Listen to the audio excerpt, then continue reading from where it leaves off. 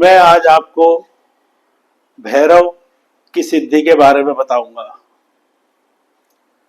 भैरव की सिद्धि लोग क्या करते हैं और भैरव की सिद्धि करने के लिए मंत्र की आवश्यकता होती है और जाप की आवश्यकता होती है और इतने दिन तक जाप करना है और ये सामान रखना है।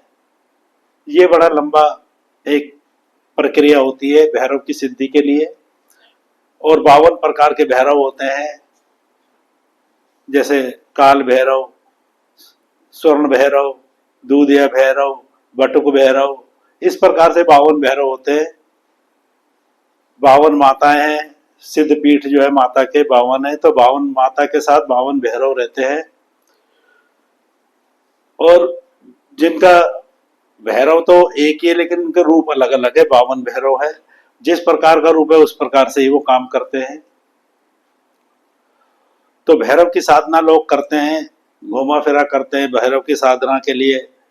तो मैं यहाँ पर आपको एक भैरव का साधना का यानी कि भैरव को पकड़ने का एक तंत्र बताऊंगा, जिसमें कोई मंत्र की आवश्यकता ही नहीं है, कोई लंबे चौड़े विधि विधान की आवश्यकता नहीं है। तो मैं ये बताऊंगा। और भैरव को जब आप पकड़ लेंगे, वचन ले लेंगे उससे, तो आप फिर उससे जैसा मर्जी काम कराइए, वो आपके अधीन रहेगा। अब जो मैं बता रहा हूं भैरव पकड़ने का तंत्र की विधि, उसी प्रकार से करेंगे तो जरूर आपको कामयाबी मिलेगी। करना यह है कि शनिवार को सबसे पहली बात यह है कि जब भी आप तंत्र की कोई क्रिया करने जाए तो इसमें टोका टाकी ना हो और ना किसी को बताएं, नहीं तो वो निष्फल हो जाएगा, वो कोई काम नहीं करेगा। शनिवार को रात के समय जाए। अब ये प्रयोग वही लोग कर सकते हैं, गांव के लोग। मैं यहाँ भी एक बात समझाना चाहता हूँ, गांव के लोग कर सकते हैं। गांव में ही ये प्रयोग होगा जहां पर कुआं हो और स्त्री मटके में पानी भर के अपने सिर पे रख करके लाती हो, और वही लोग कर सकते हैं जो सर के ऊपर अपने पगड़ी बांधता हो। या जिसको ये प्रयोग करना है तो पगड़ी बांधना शुरू कर दे पहले कुछ दिन, उसके बाद ये प्रयोग करे। शनिवार को रात को जाए और किसी शिला पे बैठ जाए, पत्थर पे बैठ जाए या कहीं भी बैठ जाए एकांत में, जहां आपको कोई देखे ना, कोई आपको टोके ना, और आकाश की तरफ देखे, ऊपर की तरफ मुंह करके आसमान की तरफ देखना है। और जब आकाश में देखेंगे तारों को देखना है। जब कोई तारा टूटे तो अपनी पगड़ी को खोल करके उसमें एक गांठ मार ले, फिर आकाश की तरफ देखते रहे। जब दूसरा तारा टूटे फिर दूसरी गांठ लगा ले, आकाश की तरफ ही देखना है। फिर तीसरा तारा टूटे फिर गांठ लगा ले। इस प्रकार से 7 तारे टूटने चाहिए और 7 गांठ लगनी चाहिए। जब 7 गांठ लग जाए तो आप चुपचाप घर आइए।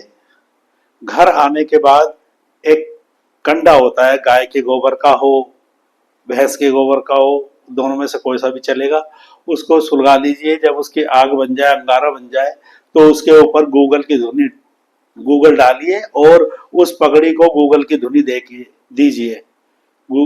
पगड़ी को गूगल की धुनी दे करके उसे स्वच्छ स्थान पर रख दो। अब आप दूसरे दिन रविवार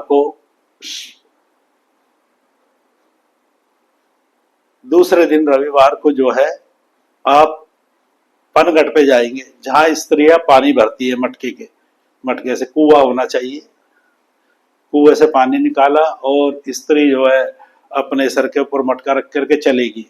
जैसे ही वो स्त्री मटका रख के चले, आप एक गांठ खोलिए उस पगड़ी में से। जैसे ही आप गांठ खोलोगे तो वो स्त्री का घड़ा गिर जाएगा, जमीन पे गिर जाएगा, टूट जाएगा।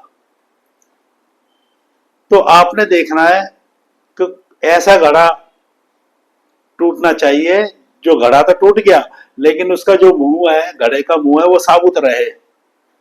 मान लो एक घड़ा टूटा, साबुत नहीं रहा मुंह, फिर कोई दूसरी स्त्री पानी भर के लेके जा रही है, फिर दूसरी गांठ खोल दीजिए तो उसका घड़ा गिरेगा। ऐसे ही आप 7 गांठ खोलेंगे। जरूर नहीं है आपको 7 गांठ खोलनी है।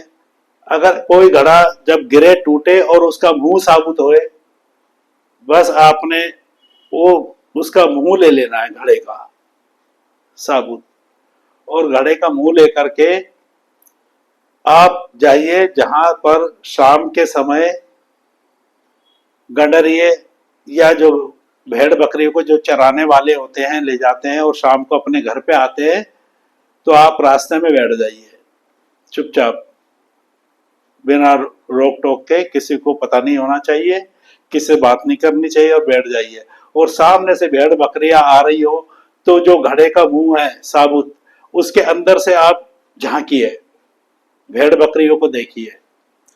तो जब उसमें से आप देखोगे तो एक बकरे के ऊपर आपको भैरव बैठा नजर आएगा। भैरव आपको घड़े के घेरे के अंदर जो उसका मुंह, उसी में से नजर आएगा। आप वैसे देखोगे तो कुछ नजर नहीं आएगा, जब उसमें से देखोगे तो भैरव बैठा नजर आएगा, और भैरव ने एक टोपी ओढ़ रखी होगी। जब भैरव नजदीक आए तो टोपी लेने का तरीका यह है कि आपने उस घेरे के अंदर ही हाथ डाल करके उसके सर पे से टोपी खींचनी है। घेरे के अंदर ही हाथ डाल करके टोपी खींचनी है, और टोपी लेकर के और तुरंत वो घेरा फोड़ दे। अब टोपी आपके पास है। अब भैरव जो है आपसे याचना करेगा कि भाई मेरी टोपी दे दो आप। वो आपसे रिक्वेस्ट करेगा, प्रार्थना करेगा, कहेगा कि भाई मेरी टोपी दे दो। आप टोपी ना दे, और जब तक टोपी आपके पास रहेगी वो भैरव आपका कहना मानेगा। या जब वो टोपी मांगे तो उससे 3 वचन ले ले कि मैं जब आपको याद करूं तो आइए आप, और मैं जो काम को कहूं वो करिए। इस पर भैरव आपको 3 वचन देगा, तब आप उसकी टोपी वापस दे सकते हैं। इतना ही करना है और उसको टोपी दे दीजिए, वो भैरव चला जाएगा। फिर आप जब भी भैरव को याद करेंगे, भैरव हाजिर होगा। वो केवल आप ही को दिखेगा और किसी को नहीं दिखेगा। फिर आप उससे किसी के बारे में भी पूछ सकते हैं, कैसा भी काम कर सकते हैं। तो ये एक बहुत ही, मैं समझता हूँ, साधारण सी विधि है करने के लिए।